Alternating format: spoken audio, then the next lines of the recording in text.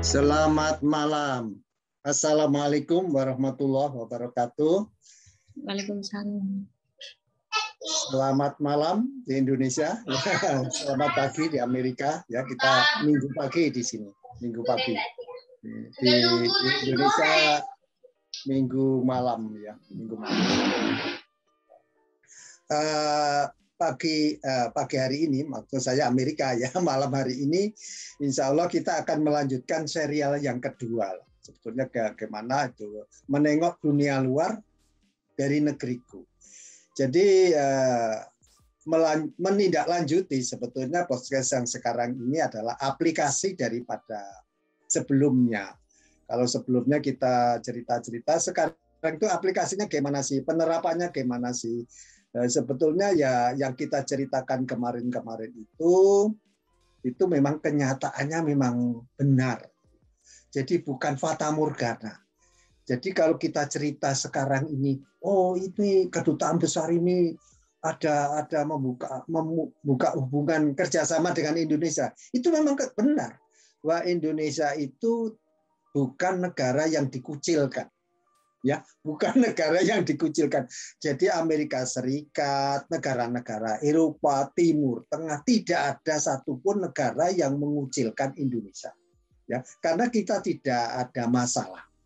Dari segi apapun kita itu belum pernah bermasalah dengan human right. Jadi kalau suatu negara berhadapan dengan hak asasi manusia itu gejala diblokir. Jadi sebetulnya di dalam tata negara internasional, kalau suatu negara itu membuat rakyatnya sengsara, ya, jadi itu ada negara yang buat rakyatnya sengsara, rakyatnya malah dibunuhin sendiri, ada yang namanya ethnic cleansing, itu terjadi. Jadi hal itu terjadi karena tidak dikehendaki, karena ini troublemaker, dianggap mereka itu troublemaker dan ini harus dihapus dari bumi. Nah ini yang namanya ethnic cleansing. Ini negara ini akan dikucilkan dari catur internasional, perhubungan internasional. Tapi baliklah pada cita-cita kita ini bukan mencari konflik, kita itu mencari kerjasama. Jadi kalau ada konflik sebelumnya, anggaplah itu apa? Kalau bahasa Indonesianya apa ya? Masalah yang lalu ya biarlah berlalu ya. Jadi sejarah itu biarlah berlalu. Jadi kalau dulu itu pernah mengalami masa-masa suram, kita jangan mengingat-ingat terus, jangan menganggap itu permusuhan itu tidak berhenti gitu loh. Jadi seperti halnya yang pernah saya ceritakan bahwa kita ini pernah bermasalah dengan misalnya saja dengan Inggris. Ya karena perang 10 November itu tentara Surabaya. Kalau saya bayar tentara di Surabaya itu adalah rakyat di Surabaya itu berhadapan langsung dengan tentara Inggris. Tapi ya itu jangan diulang-ulang lagi. Tapi maksudnya itu adalah semacam sejarah saja. Bahwa itu ada Bung Tomo membacakan pidatonya untuk memberi semangat kepada rakyat Indonesia yang ada di Surabaya. Jadi rakyat Indonesia yang ada di Surabaya itu bukan orang Surabaya saja, itu dari segala arah. Jadi ada yang dari Maluku, ada yang dari Ambon, dari Aceh, dari itu ada di Surabaya. Itu sama dengan kota metropolitan seperti Jakarta. Jakarta itu ngumpulnya semua etnis itu ya di Jakarta itu. Makanya kalau sekarang ini kita punya ibu kota di DKI, daerah apa? DKI siapa? Daerah khusus ibu kota, sampai hampir lupa saya. Daerah khusus ibu kota Jakarta. Itu memang kumpulan dari semua etnis. Jadi disitulah kita itu sebagai bangsa Indonesia itu merasa betul-betul Bhinneka Tunggal Ika. Nah, ini dalam podcast ini kita tentu akan memulai dari website. Didin itu sudah bisa di share screen belum, Din? Halo? Untuk Didin? website apa, Pak? Kita mulai dari Amerika Serikat dulu ya. Oke. Amerika Serikat. Ya.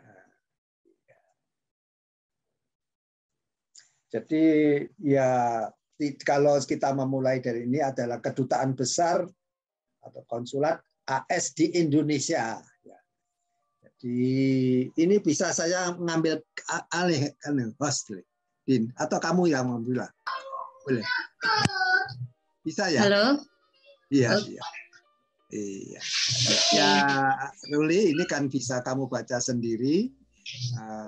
Coba Didin kita mulai dari apa yang bisa kita gunakan dengan ini kan layanan ini mulai layanan visa ya. Layanan visa. Jadi kalau kita lihat di sini ini visa. Nah, itu yang banyak dibingungkan dari mahasiswa terutama ya Prof ya mengenai visa ini. Oh. Jadi sebetulnya visa itu adalah nanti setelah kita itu diterima, gitu loh. Jadi jangan visa dulu, yang penting itu paspornya dulu. Jadi berarti yang pertama kali adalah membuat paspor gitu ya, Prof? Harus, ya, Prof, ya? Paspor itu harus membuat. Mau berangkat ke luar negeri, tidak ke luar negeri. Ya. Biasanya orang kalau sudah membuat paspor itu sudah dekat-dekat lah. Tapi nggak apa-apa.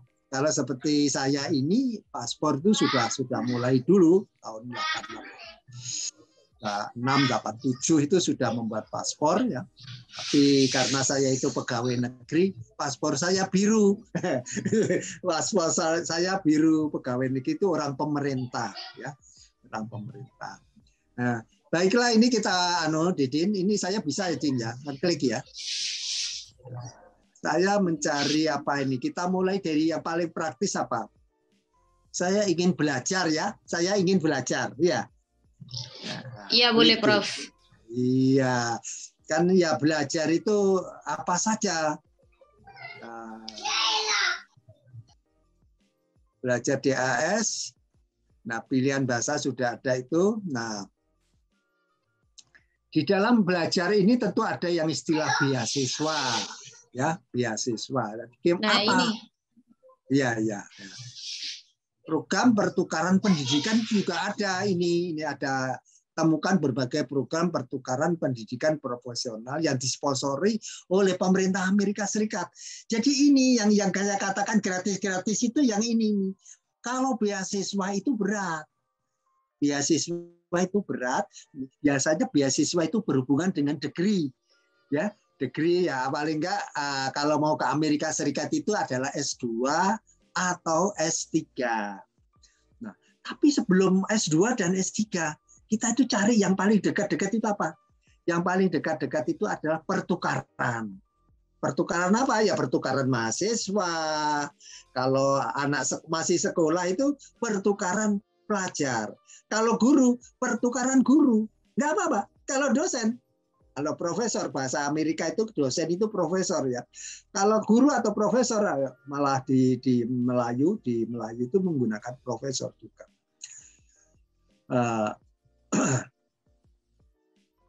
Itu bisa digunakan, dimanfaatkan. Kenapa? Ini lebih sederhana.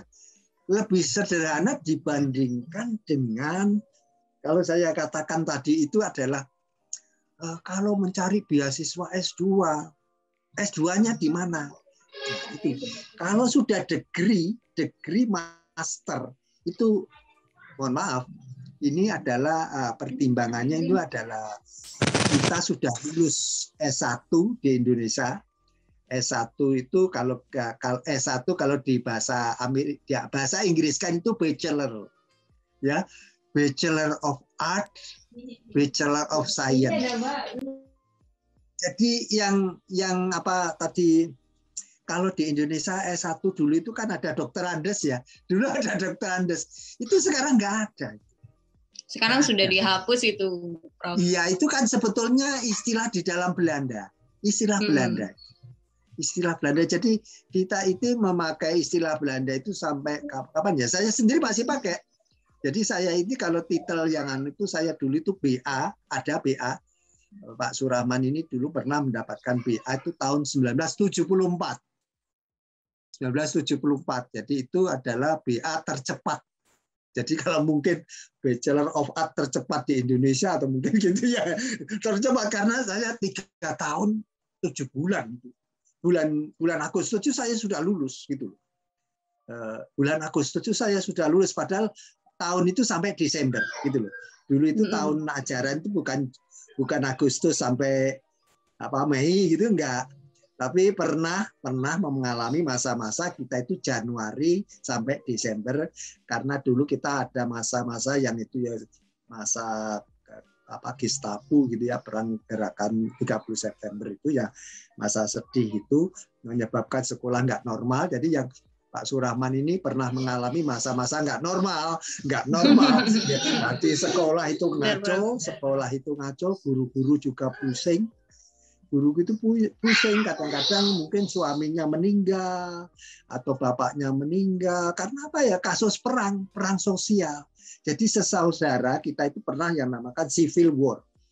Civil war kalau ya di Amerika juga terjadi civil war. Jadi perang sipil. Jadi sesama orang Indonesia itu saling bunuh-membunuh. Ya sudahlah, kita nggak mengulangi masa-masa suram seperti itu. Semoga tidak terjadi lagi. Amin, benar Prof. Inilah jadi kita ini berbeda, tapi janganlah perbedaan itu dijadikan menjadi istilahnya kalau perang gitu ya, istilahnya nggak usah lah, kita lebih baik. Kalau orang asing itu kagum dengan Indonesia, ada satu sila keempat apa? Musyawarah dan mufakat. Wah, itu orang Singapura itu kagum sekali kalau dengan orang Indonesia. Orang Indonesia itu nggak pernah mengalami kesulitan. Kenapa? Karena punya alat satu, musyawarah mufakat. Kalau sudah ribut-ribut, mari kita duduk baik-baik, minum kopi dulu, minum teh dulu. Jangan membicarakan masalah dulu, minum dulu. Terus ya makan dulu, makanan kecil dulu. Sambil ngomong-ngomong dulu. Jadi itulah musyawarah mufakat. Lagi balik Didin. Coba tadi ke visa, Prof. Tadi kita mau bahas visa ya, Prof. Kalau visa itu sebetulnya kan surat keterangan masuk ke negara tertentu, ya. Jadi kalau nggak ada tujuannya itu sulit bisa masuk itu.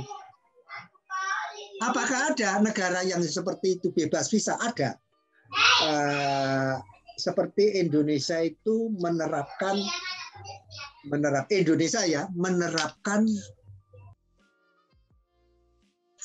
visa on arrival. Visa on arrival. VOA bukan Voice of America gitu ya, bukan Voice of America, tapi visa on arrival. Apa sih gunanya visa on arrival itu? Visa on arrival itu sebetulnya kita sudah bisa baca. Dari mana? Dari website negara itu sendiri. Misalnya orang Indonesia itu kalau mau ke Amerika itu ada nggak visa on arrival? Amerika itu sulit sekali masuk. Berarti kita masuk ke itunya ya, Prof ya, websitenya dulu untuk mengetahui visa dari negara tersebut. Iya, jadi untuk mencari visa itu kita jangan tujuannya kemana, misalnya saja apa ada sih negara yang enak saja kemana-mana itu ada seperti Amerika Serikat seperti saya itu pergi kemana-mana enak. Kemana 72 negara itu saya nggak perlu visa ya, saya ke 72 negara di dunia ini tanpa visa. Ya Kak, kita punya dianggap Amerika Serikat itu yang melindungi. Afiliasi. Jadi kalau sudah gimana kamu afiliasi saja ya oke. Amerika mengatakan saya protect. Kalau ada negara mengganggu kamu berarti mengganggu saya. Ini yang menyebabkan negara-negara seperti ya afiliasi Amerika ya negara Barat itu hampir semuanya negara Barat. Jadi negara Barat mulai Inggris, Perancis, Jerman, Belanda, ya Italia, ya Belgia, Timur Tengah gimana? Hampir semuanya Timur Tengah diprotek, ya hampir semuanya. Yang tidak ya ada yang nggak mau, ya sudah. Kalau ada apa-apa Amerika juga nggak ngurusin gitu, nggak ngurusin.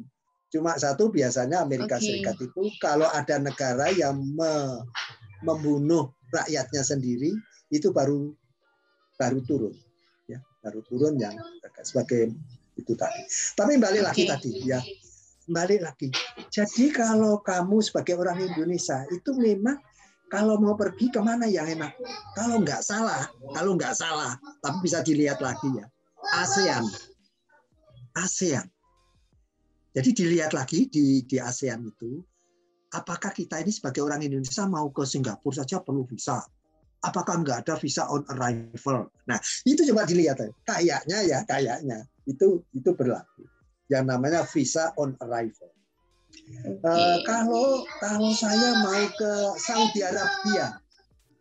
Saudi Arabia, kalau mau ke Saudi Arabia kan, ya walaupun itu negara diprotek Amerika, tapi kalau hanya datang tertentu atas putusan pemerintah itu nggak perlu ya, sebagai kerjasama pemerintah. Tetapi kalau saya mau pergi haji ya, saya mau pergi umroh gitu ya, itu yang ngurus visa ya Arab Saudi gitu loh. Yang ngurus visa itu konsulat atau kedutaan besar Arab Saudi. Kalau Jakarta di mana? Ya Jakarta yang ngurus ada di, ya, kalau di Indonesia itu yang ngurus di Jakarta. Jadi kalau mau itu petugas umroh ya, itu kan ada itu travel ya, travel itulah yang ngurus visa, gitu loh. Jadi saudara-saudara semua, kalau mau bepergian ke luar negeri, sebaiknya menggunakan jasa travel. Sekaligus jasa menguruskan visa. Oh, kalau menggunakan travel berarti udah ada yang ngurus visanya ya, Prof ya? Ya ditanya dulu travelnya travel cap apa. Kadang-kadang menamakan travel namanya travel lokal sekali ya, jadi travel yang ada di Bangkalan atau apa di sekolah, belum tentu itu menangani visa. Ya.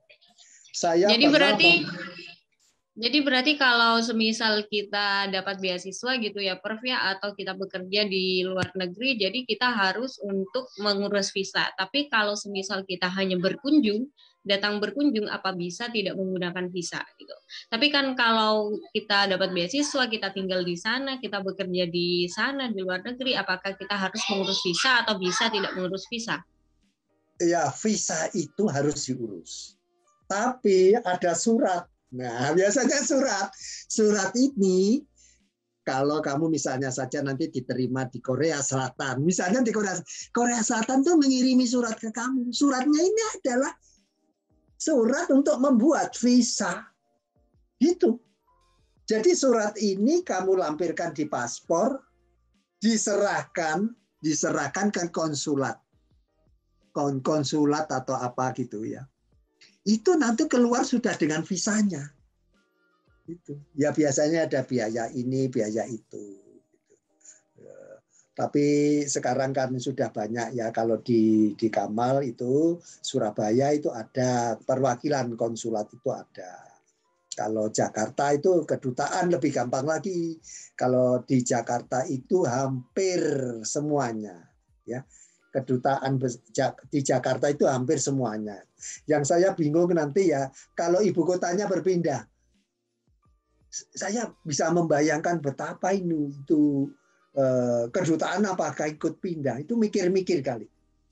Kedutaan itu untuk pindah itu akan mikir-mikir. Karena wah itu memindahkan kedutaan itu bukan seperti kalau manusia pindah loh ya.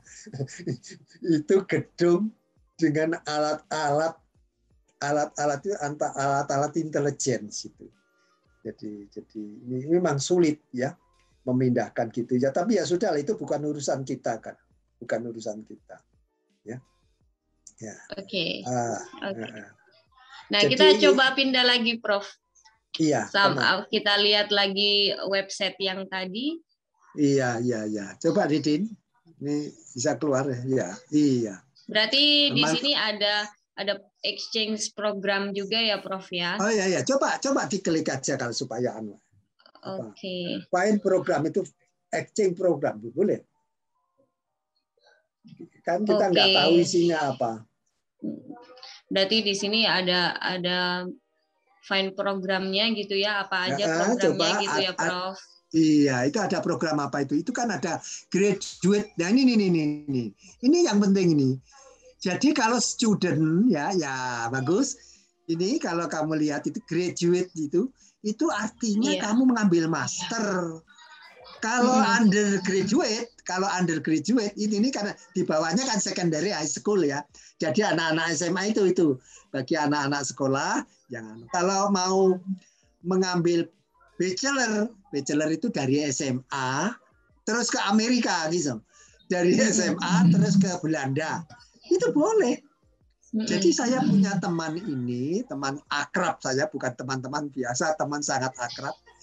Teman akrab saya itu punya anak dulu waktu masih kecilnya memang saya beri kamus digital. Kamus digital, kamus Inggris ya. Ya sudahlah barangkali nanti ada gurunya, ternyata ya berkah juga. Anak-anak yang tadi itu yang masih umur ya masih umur 9 tahunan. Nah sekarang itu sudah bayangkan. Dia itu sudah bekerja di Belanda. Ini 2 minggu yang lalu pindah. 2 minggu yang lalu dikawal dengan bapak dan ibunya. Ya. Bapak ibunya sudah ngambil pensiun. Ya. Bapak ibunya sudah pensiun. Nah, daripada saya di rumah, Rahman ya chatting ke saya. Ini saya ngawal anak saya paling nggak 2-3 bulan lah. Iyalah loh. Bagaimana itu bukan anak sembarangan itu. Anak mahal itu saya bilang gitu. Itu putri Indonesia, wakilnya Indonesia itu harus dikawal itu.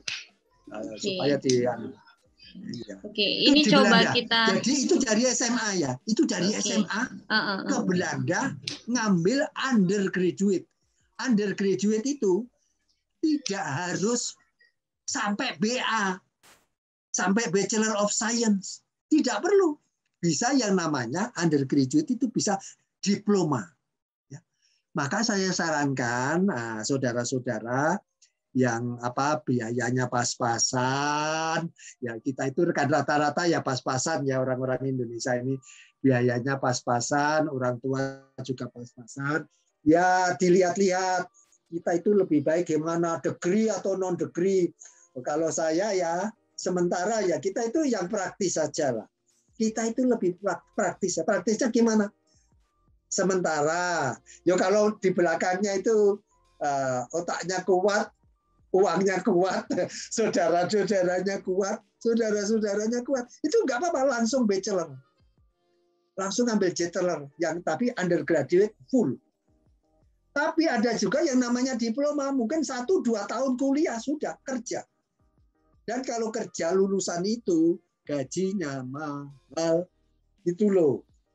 Jauh lebih mahal dibandingkan lulus S1 maupun S2 di Indonesia, bahkan S3 sekarang. Jadi lulusan diploma Belanda, aduh, sebetulnya bukan lulusan dari Belanda, pertama memang kuliah di Belanda, tapi begitu ada 1 tahun meloncat ke Inggris, gitu loh.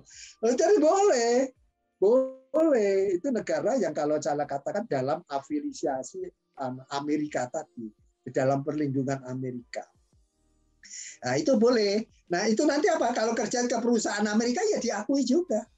Nah, ini setelah kuliah di Inggris, entah 2 tahun kuliah, setelah itu kerja mulai tahun 2017 ya. Mulai 2017 berarti 4 tahun yang lalu. Sudah kerja gajinya mahal sekali. Jangan dibandingkan dengan gaji Indonesia, jangan dibandingkan ini perusahaan Amerika ini. Ya, ini perusahaan Amerika, mereka akan membayar sesuai dengan standar internasional. Ini bukan tanggung-tanggung, pindah saja dibayar loh. Ya. Pindah dari Indonesia itu disediakan 1 trailer. 1 trailer itu. Jadi apa? Wah, mau dibawa kopernya yang 10 itu boleh. Ya. Itu buku-bukunya dibawa semua, komputernya apa. Itu jatuh angkut saja. Nanti berangkatnya orang saja pakai tas kecil. Barang-barangnya itu sudah nyampe dulu ke Belanda itu. Jadi seperti inilah yang saya katakan, ini kisah nyata, saudara-saudara semua. Kalau saya mengatakan gini, kenapa? Ya kita bekerja di Indonesia boleh-boleh saja, ya. Tapi harus nerima loh ya, Bahasa Indonesianya nerima menerima apa adanya. Jadi kalau sekarang ini pemerintah Indonesia baru mampu menggaji 4 juta per bulan. Itu ya jangan membandingkan. Aduh, itu kok itu Pak Suraman itu per jam kok bisa $30 per jam gimana? Ya jangan membandingkan gitu. Ya, nggak boleh membandingkan gitu, memang bukan tandingannya ya. Nanti pada suatu ketika, nah ini kalau ini Ruli berhasil, saudara-saudara kita juga berhasil, nah kita itu nggak tengkar-tengkar dikit-dikit tengkar gitu ya. Nah, ini sesama Amin. saudara saja di beda partai saja juga tengkar. Ini mengatur pembangunan saja itu bukan 25 tahun sekarang ini, saya juga heran. Saya kan mengikuti masa-masa zaman Orde Lama, Orde Baru. Nah, yang justru membingungkan saya malah Orde Reformasi ini. Orde Reformasi ini bukan malah reformasi makin bagus, kita ini ya bagus dalam hal tertentu, tetapi secara keseluruhan kita ini prihatin ya, prihatin. Jadi inilah tadi apa yang saya katakan penting ya, penting bagi kita semua. Oke. Iya. Apalagi kita lanjut. Ya, kita boleh, lanjut ya. Ke web selanjutnya aja ya, Prof ya. Tadi ya, kita boleh, sudah membahas boleh. Amerika Serikat gitu ya. Jadi ada pengurusan visanya juga. Jadi ada program-program exchange programnya juga untuk graduate, undergraduate, bachelor gitu ya, Prof ya. Nah, kita ke negara lain gimana, Prof? Oh boleh. Kamu milih negara mana? Nanti Didin biar memilihkan. Oke, kita coba ke. Nah Belanda? ini sebenarnya, Belanda. Belanda, coba Nederland, Belanda.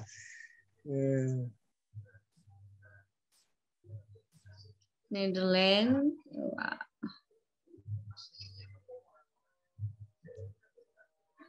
Ini juga banyak biasanya dari mahasiswa Indonesia yang berkuliah ke Nederland ini ya, Prof ya, berkuliah ke Belanda gitu. Ya, kita katakan banyak itu kan perbandingannya dengan negara mana gitu ya, kan. Jadi kita itu kalau melihat negara terdekat itu adalah ya Australia. Negara terdekat itu Australia. Jadi Australia itu mestinya juga dalam perhitungan gitu lah. Karena apa, dari segi apa itu nggak jauh, terbang itu cuma 6 jam nyampe gitu loh. Lah kalau kamu ke Amerika itu 30 jam itu baru nyampe. Naik pesawat itu pun ya, Prof? Iya, kada bayangkan kalau itu naik dokar gitu. Bayangkan kalau naik kapal ya. Jadi itu sekarang ada pesawat yang tercepat. Jadi pesawat itu hampir langsung lah. Bukan, tidak banyak mampir. Jadi kalau saya itu biasanya kalau pulang sebetulnya dari Cengkareng ya, dari Cengkareng Jakarta itu langsung Tokyo, gitu loh. Dari Tokyo itu biasanya ke Chicago. Chicago langsung ke Cedar Rapids, kota dekat saya ini, terus ya dari Cedar Rapids saya sudah dijemput anak saya. Biasanya kita tuh naik taksi itu sampai rumah. Dan itu ya saya katakan tadi biasanya kita perlu kira-kira ya 1,5 hari. 1,5 hari itu karena dengan perjalanan darat, itu sudah paling cepat. Nggak ada yang lebih cepat dari itu. Karena pesawatnya itu kalau dari sini ya, dari Amerika ini, Cedar Rapids, Chicago, dari Chicago itu lewat kutub gitu loh. Lewat kutub terus ke Jepang. Itu dekat gitu. Kalau bilang dekat, kelihatannya dekat, padahal jauh juga. Karena apa? Itu di atas pesawatnya 11 jam gitu. Di atas pesawat itu dia nggak berhenti itu 11 jam itu. Jadi nggak berhenti pesawat itu loh. Pak, nggak bosan Pak, nggak sakit? Oh enggak. Uang di pesawat itu enak. Di pesawat itu di depan kita itu ada layar. Layar itu apa isinya ya? Ya kita mau lihat warta berita ada, mau film ada, mau musik ada. Jadi tergantung saja. Mau ngetik juga ada. Mau ngetik di komputernya sendiri ada. Itu fasilitas untuk handphone, charger apa itu ada, dilengkap di tempat duduk kita. ya, di tempat duduk. Lo makan diantarkan ke tempat duduk kita. Ya, kalau mau ke kamar kecil ya dekat, ya, ke kamar kecil dekat. Semua fasilitas lengkap. Karena bayar kita itu, bayar tiketnya tadi itu termasuk itu tadi servis. Jadi saudara-saudara jangan menganggap pergi ke luar negeri itu seperti pergi perang gitu ya. Enggak. Sekarang itu enak. Gitu loh. Anak-anak sekarang ini beruntung dibandingkan zaman-zaman kakek nenek kita dulu gitu ya. Nah, kalau saya ini sudah abad enak, abad pesawat. Jadi saya ke Amerika yang pertama kali itu tahun 1987. 1987 jadi ketua rombongan lagi. Nah, di dalam rombongan pernah terjadi karena pesawatnya itu ke Hong Kong. Nah, teman saya itu bahasa Inggrisnya masih gelepotan juga, nggak ngerti, diminta paspor, diberikan semua. Diberikan semua itu semua dokumen diberikan termasuk tiket, bayangkan.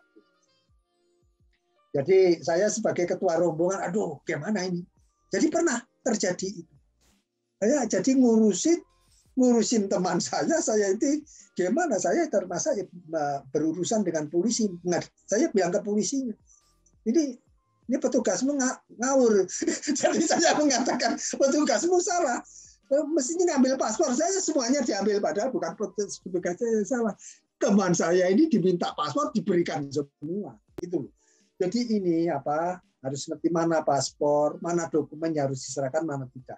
Jadi ini nggak apa-apa, kita ini belum ke luar negeri, paling tidak ya dinamakan paspor ya apa. Di dalam paspor itu apa? Di dalam paspor itu ada halaman awal. Nah, nanti dibaca, oh itu halaman awal itu ada fotonya. Terus apa? Oh, nama siapa? Tanggal lahir di mana? Ada kotanya, ini fotonya gitu. Jadi, paspor itu seperti ini. Nah, paspor halaman pertama itu kata kunci itu. Kalau itu harus difoto, didokumenkan. Kalau enggak, kalau terjadi apa-apa hilang paspor, ini loh, paspor saya hilang seperti ini. Nah, ini. Kenapa sekarang ini dokumen itu kita harus hati-hati. Selain hati-hati, kita harus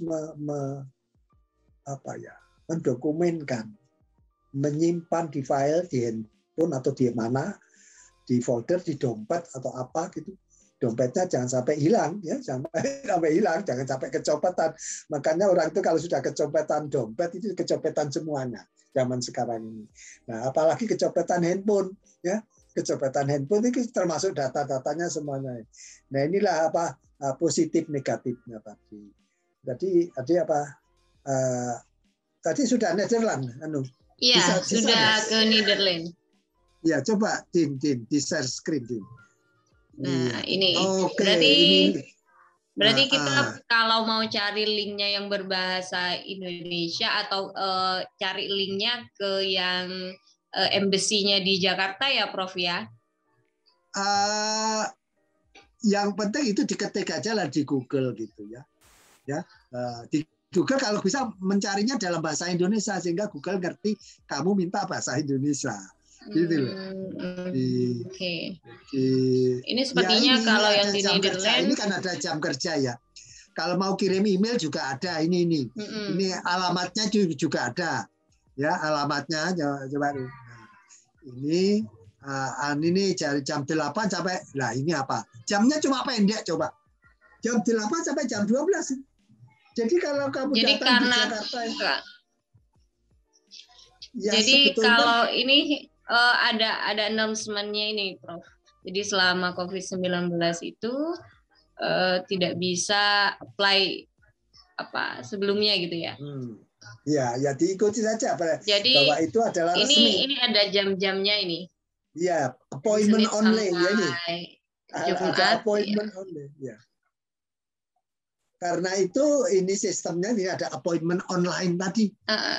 Jadi buat perjanjian online gitu ya, Prof ya. Iya, jadi kalau buat janji hari-hari kapan tuh. Nah, ini lokasinya di Google Map-nya itu.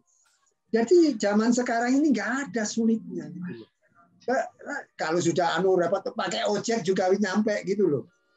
Ojek kemana ini loh, ini alamatnya ini, ojek berikan alamatnya kepada ojeknya itu atau Gojek atau apa.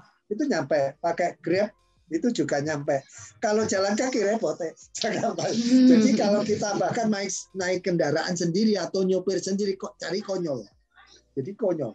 Jadi di Jakarta itu, apalagi di Amerika Serikat kalau nggak tahu peta. Tapi kalau zaman sekarang kalau nggak tahu peta kan ada Google Map ya. Google Map itu dibilang saja Google Map, bring me ya. Jadi alamat mana itu? McDonald please, US Embassy please. Indonesian Embassy, please. Itu Google tuh ngerti juga Indonesian Embassy ya adanya di Washington DC. Ya, Indonesian Consulate, please. Kalau saya itu misalnya Chicago. Chicago itu Indonesian Consulate di Chicago. KJRI, kalau bahasa Indonesia itu KJRI. Konsulat Jenderal Republik Indonesia Chicago.